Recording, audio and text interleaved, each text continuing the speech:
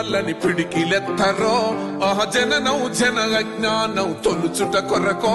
గుర్తెత్తి నిన్నదించాలో ఆహా బడుగు బహుజనులంతా ఏకమవ్వాలో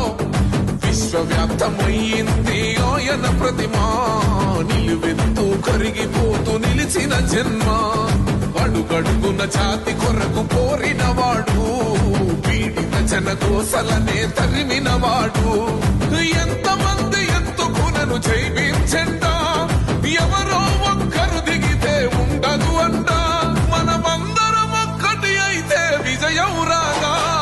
జై భీమ్ జై భీమ్ జనగుండె నినాదం